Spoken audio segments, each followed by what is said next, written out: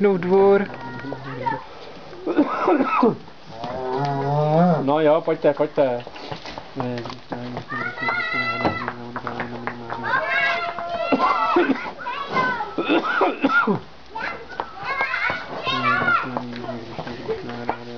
Nanda.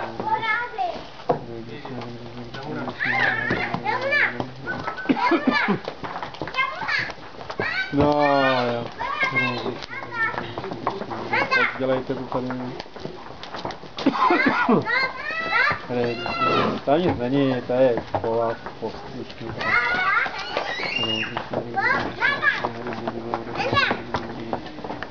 První, teda tu neposlušnou, co jsem zmiňoval, která by se mohla zlobit, tak to je Godávarí.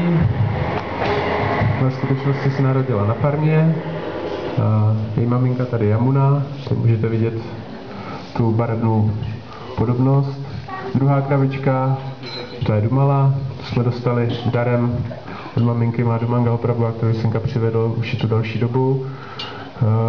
Dává asi už 6 nebo 7 let po jednom teletí mlíko. Třetí kravička se jmenuje Pingala. Máme je pojmenovaný podle, hlavně stejně jako Kršna v duchovním světě, tak každá kráva má svůj specifický rys, charakter, stejně jako u lidí a i barevný zezření. Tak Dumala, ta druhá, to znamená tmavá nebo černá jako kouř, podle jejího obličeje. Pingala, to je něco jako taková oranžová barva, tak Pingala má takový odstín. Pak čtvrtá kravička, Tungi, to je taková naše rarita, samozřejmě těch rarit jsme tady měli víc. Dává mlíko bezteleté. Tungi, to je jedno z takových oblíbených telátek Šrimati Radharani, toto jméno.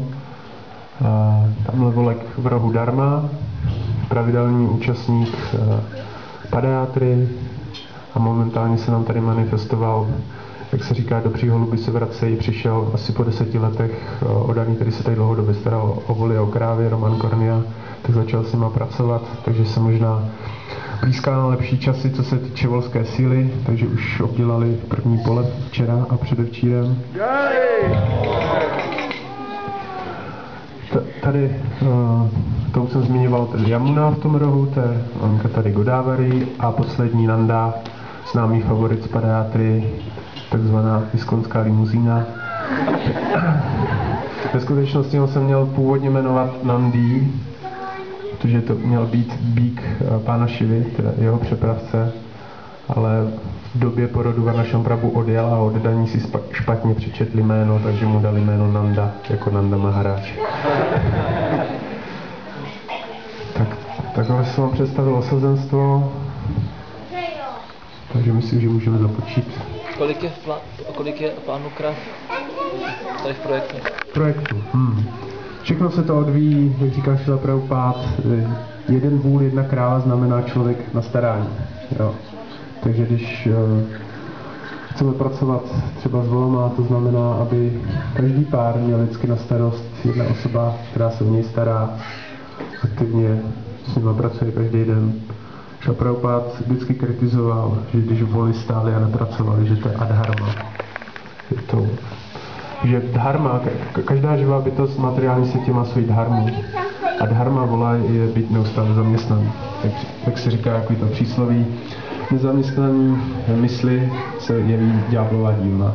Takže pak, když dlouho nepracují, tak v hlavě mají samý ďáblový nápady, volíci, ničejí ohrady, utíkají a tak dále. Takže lepší je mít zaměstnaný.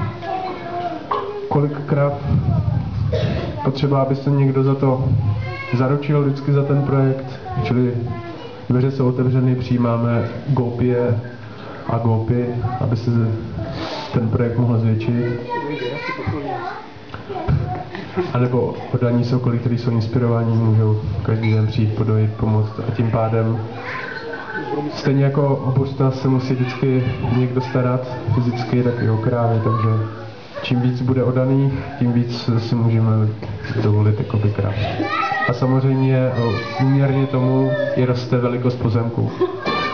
takového toho agrárního hlediska se říká, že jedna kráva spotřebuje 1 hektar. Takže momentálně jsme v situaci, že máme nadbytek hektarů, čili víc půdy než krav, takže bychom si byli možná dovolit ještě třeba o 5-10 kusů krav víc. A samozřejmě automaticky by rostla produkce ghee, tak dále. Prabhupada říká, krávy znamenají, že chrám je zaplněn ghee. Není potřeba vyrábět sýr, jeden oddaný z Nového Vrindávanu pořád preferoval vyrábět sýr, z kravského mlíka oddaní tam byli neustále nemocní, ve všem byl panír. Prabhupada říká, jsou krávy, je potřeba, aby bylo ghee.